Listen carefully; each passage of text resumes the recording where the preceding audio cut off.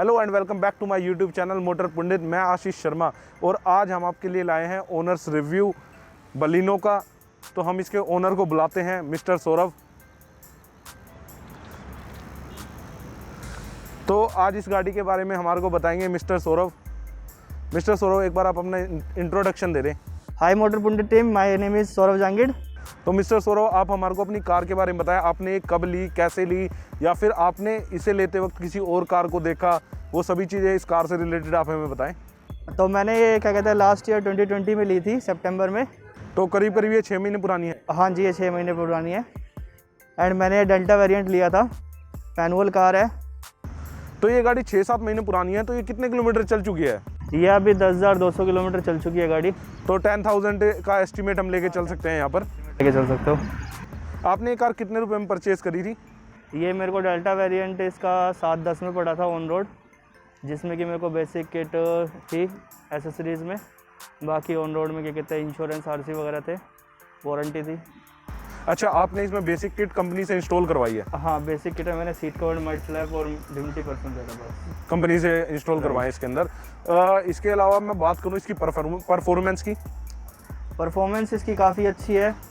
Petrol car में average के मामले में भी काफ़ी अच्छी है गाड़ी।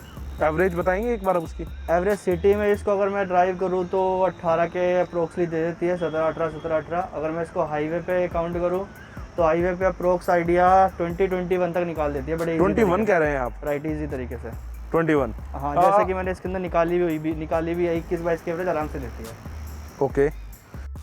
तो आप जिस टाइम पे ये गाड़ी ले रहे थे उस टाइम पे आपने कोई और कार भी देखी होगी इसके कंपैरिजन में, तो आपने इसे ही क्यों चुना उनमें से? नहीं, एक्चुअली मेरे रिलेशन सर्कल में क्या कहते हैं बलिनो कार ऑलरेडी है, तो मेरे को काफ़ी टाइम से पसंद भी थी। तो मैंने और कोई गाड़ी अभी देखी नहीं थी उस टाइम तक, तो मैंने सडनली ये गाड़ी परचेज करी है। बट आपने थोड़ा बहुत रिसर्च तो करा होगा ना, मार्केट रिसर्च तो करता है ये पर्सन। नहीं, मार्केट रिसर्च एक्चुअली किया था, बट मेरे को टाटा में भी देखी थी अल्ट्रोज वगैरह, बट मेरा पसंद नहीं थी वो। तो आपने जब टाटा एल्ट्रोज देखी, तो अगर मैं सेफ्टी की बात करूं तो ग्लोबल एनकैप में तो आई थिंक ये टेस्ट नहीं हुई है, बट जो सेफ्टी फीचर है इसको 3 या 4 रेटिंग मिली हुई है। तो और एल्ट्रोज जो फुली फीचर्ड आती है और सेफ्टी पैकेज के साथ आती है, तो आपने उसकी तरफ क्यों नहीं गए? एक्चुअली मेन कंसर्न ये है कि इंडियन रोड के हिसाब से सेफ्टी को लेके, चलो आपकी बात बिल्कुल करेक्ट है कि सेफ्टी रखनी चाहिए इंसान को, but as a Delhi NCR में कोई गाड़ी इतनी से चला नहीं सकता। 40-50-60 मैक्सिमम गाड़ी चलती है, तो मेरे को लोकल ही रहना पड़ता है। कभी कभार लॉन्ग टूर पे जाना पड़ता है, तो मेरे लिए ज़्यादा बेस्ट यही थी। तो आपके लिए ज़्यादा बेस्ट यही कार है। अगर मैं बात करूँ इसकी क्या कहते हैं इंजन परफॉर्मेंस की, तो उससे रिलेटेड आप हमें कुछ बताएं। इंजन परफॉर्मेंस में ये 1.2 लीटर में आती है गाड़ी पेट्रोल में, एंड इसका डीजल वेरिएंट डिसकंटिन्यू हो गया है, जो कि 1.3 में आता था। अच्छा, आप अगर मान लो उस टाइम पे डीजल वेरिएंट आता तो क्या आप डीजल वेरिएंट की तरफ जाते? नहीं, एक्चुअली मैं डीजल वेरिएंट के बाद बिल्कुल भी नहीं जाता। रीज़न उसके पीछे का यह था क्योंकि मेरी गाड़ी इतनी चलती नहीं है। ओके। आपने इस गाड़ी पे किस गाड़ी से स्विच किया था आपकी प्रीवियस कार के बारे में? एक्चुअली मेरे पास शेवरलेट की गाड़ी बीट थी, वो बेस मॉडल वेरिएंट था मेरे पास, बट उससे मैंने डायरेक्ट बलिनो पे स्विच किया है। बलिनो पे स्विच किया। हाँ जी। और एक चीज अगर मैं आपसे पूछूं कि आपने बलिनो का डेल्टा ही मॉडल क्यों लिया, जेटा, अल्फा या सिग्मा, जो बाकी ये 3 वेरिएंट आते हैं वो क्यों नहीं लिए? तो आप उनके बारे में भी बताएंगे एक बार, इसमें क्या ऐसा खास है जो आपने यही वेरिएंट लिया?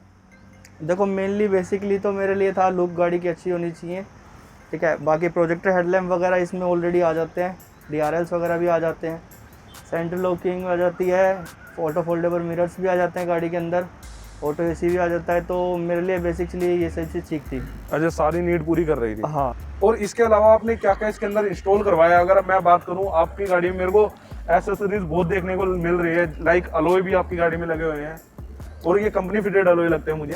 एक्चुअली क्या कहते हैं गाड़ी के अंदर अलॉय मैंने बाहर से लगवाए हैं, कंपनी से नहीं थे, तो मैंने आउटर मार्केट से सेम ही कंपनी, मतलब क्या कहते हैं हमारा इम्पोर्टेड है, इम्पोर्टेड लगवाया मैंने। एंड मैंने अलॉय के अलावा इसके अंदर काफ़ी सारी मॉडिफिकेशन करवाई है अपने हिसाब से गाड़ी की। बताएंगे एक बार कौन कौन सी? या श्योर, बिल्कुल बताइए। जैसे मैंने इसके अंदर गाड़ी के अंदर ट्विटर लगवाए हैं, कंपनी से ही लगवाए हैं वो, मारुति के ही कंपनी से मैंने लगवाए हैं वो। एंड क्या कहते हैं इसके अंदर मैंने फॉग लैम्प भी कंपनी से ही लगवाए थे। ओके। एंड मैंने क्या कहते हैं टिंटेड ग्लास आते हैं इसमें टॉप वेरिएंट में, मैंने वो भी कंपनी से ही लगवाए हैं। कैमरा स्ट्रिप होती है वो भी मैंने कंपनी से ही लगवाई है इसके अंदर। एंड मैंने इसकी टेल लाइट्स भी चेंज करवा रखी है। टेल लाइट आपने कौन सी वाली लगवाई इसकी? मैंने इसके अंदर अल्फा वाली लगवाई है, टॉप वेरिएंट वाली। तो कहा जाए कि आपने डेल्टा से इसे पूरा का पूरा अल्फा बना दिया है, मैं ये कह सकता हूँ इन शॉर्ट। बस इसके अंदर अगर काफी हद तक अल्फा वाले हैं, बाकी एक दो चीजें हैं वो भी मैं एक दो चीजों की अगर मैं बात करूँ तो वो I think push start button होगा, और एक टच स्टीरियो हो गया। ओके। तो गाइस ये भी आप ध्यान दे सकते हैं कि आप डेल्टा को अल्फा में कन्वर्ट करवा सकते हैं। और आगे हम पूछते हैं इस गाड़ी के सर्विस रिकॉर्ड के बारे में कि इनको सर्विस कॉस्ट आज तक क्या पड़ी है, और ये प्रॉपर बताएंगे हमारे को। आप इसकी सर्विस से रिलेटेड हिस्ट्री बताएंगे थोड़ी? या श्योर। एक्चुअली इसकी सर्विस 1000 किलोमीटर पे थी, वो तो एक्चुअली बिल्कुल फ्री थी। एंड दो सेकंड आई थी 5000 वाली, वो भी बिल्कुल फ्री थी। एंड थर्ड सर्विस रिसेंटली मैंने एक हफ्ते पहले ही करवाई है गाड़ी की, तो वो क्या कहते हैं 2500 की पड़ी है मेरे को। और आप कह रहे हैं मैंने अभी तक 10,000 किलोमीटर चला ली है, टोटल आपने 3 सर्विस इसके अंदर करवाई हैं। हाँ। और आप जो कॉस्ट बता रहे हैं सर्विस की वो 3000 रुपये है। तो जो अगर मैं बात करूं हैचबैक कार के लिए, ये एक प्रीमियम सेगमेंट की हैचबैक कार है। हाँ जी। तो इसकी सर्विस कॉस्ट आपके हिसाब से क्या ये जस्टिफाई करती है अपने आप को, या फिर इससे कम होनी चाहिए थी या इससे ज़्यादा होनी चाहिए? आप इस तरह की राय दे सकते हैं अपनी। नहीं, एक्चुअली सर्विस कॉस्ट मारुति की काफ़ी इनफ है इस मामले में तो। बट क्या कहते हैं प्रीमियम हैचबैक की बात करें तो थोड़ा एक्स्ट्रा होना चाहिए था, बट अच्छी है। तो आप कहना चाहते हैं कि और गाड़ियों का अगर मैं कंपैरिजन करूँ, यहाँ पे मैं इलाइट i20 का कंपैरिजन करता हूँ इससे। हाँ जी। तो उसकी सर्विस के बारे में थोड़ा बताएंगे? i20 भी अप्रोक्स इसी के मतलब थोड़ा बहुत ऊपर पड़ती है, बट उसकी भी एवरेज वगैरह ठीक है काफ़ी। तो ये वैल्यू फॉर मनी है? हाँ जी, वैल्यू फॉर मनी गाड़ी है। वैल्यू फॉर मनी है। तो अगर मैं इसके सेफ्टी फीचर्स की बात करूं और कंफर्ट की बात करूं, तो आप उसको कैसे जस्टिफाई करेंगे? आप जैसे लॉन्ग टूर पे गए होंगे, तो उसमें लॉन्ग टूर पे क्या होता है, हमारी बॉडी बहुत ज़्यादा रिलैक्स फील करनी चाहिए जिस टाइम पे हम ड्राइव करते हैं, या फिर इसमें नहीं कर पाती है। आप उससे रिलेटेड कुछ बताएं। इसलिए मैं इसको मनाली लेके गया था रिसेंटली जन में, में। एंड वहाँ पे काफ़ी अच्छी परफॉर्मेंस थी गाड़ी की। सेफ्टी को लेके तो 2 एयरबैग आते हैं गाड़ी के अंदर, ABS CVT आता है, तो उससे तो कोई वैसा है नहीं। बाकी क्या कहते हैं कंफर्ट के हिसाब से देखो तो कंफर्ट के हिसाब से काफ़ी अच्छी कार है। सीट भी बिल्कुल कंफर्टेबल है, मेरे को थकान बिल्कुल भी फील नहीं हुई। एक्चुअली मैं क्या कहते हैं गाड़ी चलाता हूँ काफ़ी लंबी, तो इस वजह से मेरे को कोई इशू नहीं आता चलाने में। एक्चुअली मैंने इसके मनाली का टूर भी किया हुआ है, चंडीगढ़ का भी 2-3 बार इसके साथ मैंने टूर किया हुआ है। काफ़ी अच्छी चलती है। कंफर्ट के हिसाब से मेरे को बिल्कुल भी प्रॉब्लम्स तो लगती नहीं है कि मैं थका हुआ हूँ या कुछ भी XYZ। अगर मैं चाहूँ तो मनाली इससे 2 बार कर सकता हूँ अप डाउन, कोई दिक्कत नहीं होती है कंफर्ट में लगातार। राइट। तो और जब आप मनाली गए थे तो वहाँ पर क्या कहते हैं हिल रोड कंडीशन होती है, जिसके अंदर आपकी स्लोप भी आती है, इंक्लाइन मोड भी, इंक्लेशन भी आ जाता है, जिसके अंदर फ्रंट व्हील ड्राइव जो कार होती है हैचबैक वो स्लिप करती हैं। तो उससे रिलेटेड आप कुछ बताएंगे कि इस गाड़ी ने आपको कैसा परफॉर्म करके दिखाया वहाँ पर उन कंडीशन में? उधर थोड़ा बहुत स्नो भी थी, तो उधर भी ऐसा नहीं था कि क्या कहते हैं गाड़ी मतलब निकल नहीं सकती। अल्टो वगैरह भी निकल जाती है वैसे तो, बट इसमें था कि मैंने थोड़ा टायर के प्रेशर को थोड़ा कम कर दिया था, तो मेरी गाड़ी इजीली वहाँ से निकल गई थी, स्लीपी वगैरह कुछ हुई नहीं थी। अच्छा, आपने जो इसका टायर का प्रेशर था वो थोड़ा कम करा, फिर उसके बाद इसे निकाल लिया? हाँ जी। तो जब आप इसमें लॉन्ग टूर आपने करा था उस टाइम पे, अगर मैं सीटिंग कैपेसिटी की बात करूं तो इसमें 5 की सीटिंग आती है, तो आप बताएंगे क्या इसमें जो रियर सीट्स हैं, रियर सीट्स कंफर्ट की मैं बात करता हूं, तो उसके अंदर 3 बंदे आराम से बैठ पाते हैं या नहीं? बिल्कुल बैठ पाते हैं इसके अंदर 3 बंदे बिल्कुल आराम से। सीटिंग कैपेसिटी की बात करें तो काफ़ी अच्छी सीटिंग है, स्पेस वाइज भी काफ़ी अच्छी है, स्पेशियस है कार। आपका कहना मतलब ये है अगर हैचबैक से कंपेयर करें किसी और से तो ये कार स्पेशियस है? बिल्कुल स्पेशियस है, काफ़ी स्पेस है इसके अंदर। अगर मैं इसके ड्राइविंग कंट्रोल्स की बात करूं, जिस टाइम पे बंदा ड्राइव करता है, मोस्टली आप ही ड्राइव करते होंगे अपनी फैमिली में से, तो ये इसकी ड्राइविंग कंफर्टेबल है? ड्राइविंग काफ़ी कंफर्टेबल है इसकी। और अगर मैं बात करूं कि कई बार क्या होता है कि जो नॉर्मल गाड़ी होती है, हैचबैक्स होती हैं, उनके अंदर मोस्टली के अंदर क्या होता है, जैसे हाईवेज पे हम ड्राइव कर रहे हैं, आपकी स्पीड थोड़ी तेज़ हो गई है तो गाड़ी छूटने लगती है अपने हाथ से।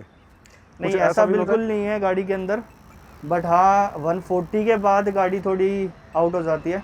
140 कुछ ज़्यादा नहीं हो गया? नहीं, 140 के बाद ही होती है, 120 तक बड़े इजी तरीके से चलती है। ओके, आप 140 तक ड्राइव करते हैं? मैं इसको 160 ड्राइव किया हुआ है लास्ट। तो आप काफ़ी हार्ड पुशर हैं। राइट। ओके।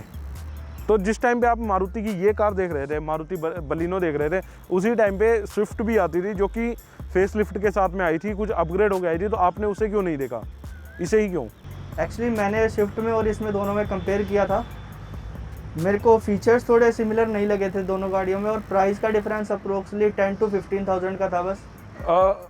सेम वेरिएंट की अगर कंपैरिजन करते हैं, हाँ, उसका Swift का VXI variant करते हैं VXI, उसका VXI स्विफ्ट का, और देन बलिनो का डेल्टा वेरिएंट ले तो मैं उसमें 10 या 15,000 रुपये का फर्क था ओके। आफ्टर डिस्काउंट वगैरह जो भी होता है। जैसा कि आपने मुझे बताया स्विफ्ट और बलिनो के प्राइस में 10 से 15,000 का फर्क है, और बलिनो उससे ज़्यादा काफ़ी स्पेशियस भी है, और मैं पावर की बात करूं तो सेम भी है, पावर तो ऑलमोस्ट सेम है। इंजन की कैपेसिटी की बात करूं, इसके अलावा कोई और फीचर जो जस्टिफाई करता हो बलिनो को स्विफ्ट से बेटर? जैसा कि स्विफ्ट में अगर मैं देखूँ तो प्रोजेक्टर हेडलैम्प नहीं आते हैं VXI वेरिएंट में, क्या कहते हैं DRLs वगैरह भी नहीं आते हैं, ऑटो फोल्डेबल मिरर भी नहीं आते हैं गाड़ी के अंदर, ऑटो AC भी नहीं आता है, क्या कहते हैं गाड़ी के अंदर रियर वाइपर डिफोगर भी नहीं आते हैं उस स्विफ्ट VXI में।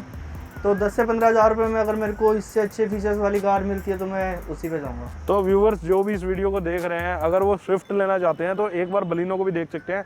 आप देखेंगे सौरभ जी ने कितने फीचर्स डिफरेंस बताए हैं स्विफ्ट के सेम वेरिएंट पे। अगर सेम वेरिएंट की बात करी जाए VXI और इसके डेल्टा वेरिएंट की बात करी जाए तो उसमें काफ़ी फीचर का डिफरेंस आता है। सबसे बड़ा तो जो मुझे लगता है वो है इसके वो प्रोजेक्टेड हेडलैम्प्स विद DRLs जो कि इसके अंदर आते हैं, स्विफ्ट के अंदर नहीं आते हैं। ये मुझे पर्सनली बहुत पसंद है। और इसके अंदर आप बात करेंगे तो डिफोगर और वाइपर भी आ जाते हैं जो कि स्विफ्ट के अंदर नहीं आते हैं।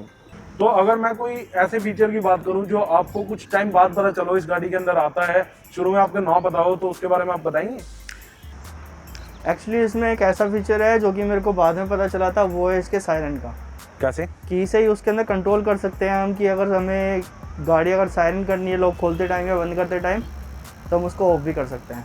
तो आपने जो फीचर बताया ये एक्चुअल में मुझे भी नहीं पता था, ये मेरे लिए भी नया है और मैं सोच रहा हूँ कुछ व्यूअर जो होंगे उनके लिए भी नया होगा। ये कुछ हिडन टेक्नोलॉजीज हैं जो लगा दी जाती है की के अंदर। और फाइनली अब मैं इस गाड़ी को रेट देने के पर आऊँ, इसकी गाड़ी की रेटिंग के बारे में बात करूँ जो कि आपकी पर्सनल चॉइस के ऊपर होगी कि आप इसको 10 में से कितने रेटिंग देना चाहेंगे। सेफ्टी फीचर के ऊपर, इंजन परफॉर्मेंस के ऊपर, सर्विस के ऊपर, सारे चीज़ों को कंबाइन करके कितनी रेटिंग देते हैं आप इसको 10 में से? इस कार को मैं 9 out of 10 दूंगा। और एक किस लिए काटेंगे? एक ओनली सेफ्टी के लिए, सेफ्टी फीचर के लिए। राइट। तो आप भी ये बात मानते हैं कि सेफ्टी के हिसाब से मारुति फिर भी बेटर नहीं है? हाँ। तो ये तो थे मिस्टर सौरभ के रिव्यू अपनी कार को लेके। और आपको इस कार से रिलेटेड कोई भी क्वेरी हो या आप अपनी कार की परफॉर्मेंस के बारे में बताना चाहते हो और अपनी कार को रेटिंग देना चाहते हो तो आप हमारे कमेंट बॉक्स में दे सकते हैं। और सौरभ जी भी हमारी हेल्प करेंगे आपके जवाब देने में, क्योंकि उन्होंने इस कार को काफ़ी दिन ड्राइव करा है, करीब 6-7 महीने हो चुके हैं इन्हें ड्राइव करते हुए। वो इस कार से अच्छी तरह वाकिफ़ है। तो क्या आप हमारी मदद करेंगे ना इस कमेंट सेक्शन में आने वाले कमेंट के ऊपर? बिल्कुल करूँगा मैं आप लोग। अगर मैं मारुति बलिनो की बिल्ड क्वालिटी की बात करूँ तो उसके लिए आपका कोई कमेंट? राइट, बिल्कुल ऐसा है। बिल्ड क्वालिटी को लेके मैं भी कहूँगा कि मारुति अगर इसके अंदर थोड़ा प्लास्टिक में जो भी इनके यूज़ होते हैं, जो इंटीरियर में यूज़ होते हैं, इंटीरियर्स वगैरह में या डोर्स वगैरह में यूज़ होते हैं, उनको थोड़ा एक्स्ट्रा लेवल पे कर दे तो ज़्यादा बेस्ट रहेगा। बाकी अगर बॉडी लाइन से कहूँ तो थोड़ा इनको इम्प्रूवमेंट इम्प्रूवमेंट की ज़रूरत है। और मारुति की अगर मैं NVH सिस्टम की बात करूँ, नॉइज़ की कैबिन के अंदर नॉइज़ जाती है नहीं जाती है, तो उसके बारे में आप कुछ थोड़ा बताएंगे? एक्चुअली इसमें कैबिन नॉइज़ थोड़ी कम है, मतलब कि ऐसा नहीं कहता कि रोड पे चलने के बाद तुम्हें ऐसा फील हो कि बाहर की ज़्यादा साउंड आ रही है, ऐसा कुछ भी नहीं है। और इंजन नॉइज़ की बात करूँ? इंजन नॉइज़ भी बिल्कुल भी नहीं आती है गाड़ी के अंदर, बिल्कुल साइलेंट इंजन है इसका। तो गाइस इसी के साथ साथ हमारी ये वीडियो ख़त्म होती है। और आपको कोई भी कमेंट करना हो अपनी बलिनो से रिलेटेड या आप बलिनो देख रहे हो तो हमारी वीडियो को ज़रूर देखें। और इसके अलावा आप अपनी बलिनो को रेटिंग देना चाहते हैं तो हमारे कमेंट सेक्शन में नीचे दे सकते हैं। और आपका कोई बलिनो से रिलेटेड क्वेश्चन होगा तो उसमें हमारी सौरभ जी भी हेल्प करेंगे। राम राम।